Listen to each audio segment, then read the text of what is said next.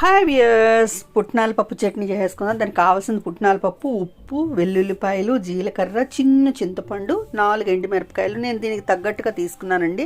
ఉప్పు కారం మీ టేస్ట్ని బట్టి తీసుకోండి. నీళ్ళండి రుబ్బుకోవటానికి. చింతపండు ఎక్కువ వేయొద్దండి. ముందుగా ఓ మిక్సీ జార్ తీసుకొని పుట్నాల పప్పు, ఎండుమిరపకాయ, వెల్లుల్లిపాయ, చింతపండు, జీలకర్ర, ఉప్పు అన్నీ వేసేసి నీళ్లు పోసేసి మెత్తగా రుబ్బుకుందామండి.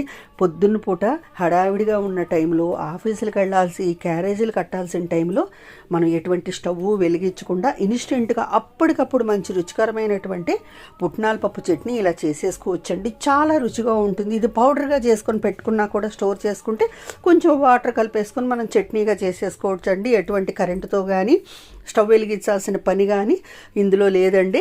చూస్తున్నారా, చాలా బాగుంటుంది. ఇడ్లీల్లోకి, దోశల్లోకి చాలా టేస్టీగా ఉంటుంది. మీరు కూడా తప్పకుండా ట్రై చేయండి. టైం అనేది కూడా మనకి సేవ్ అవుతుందండి. Thank you.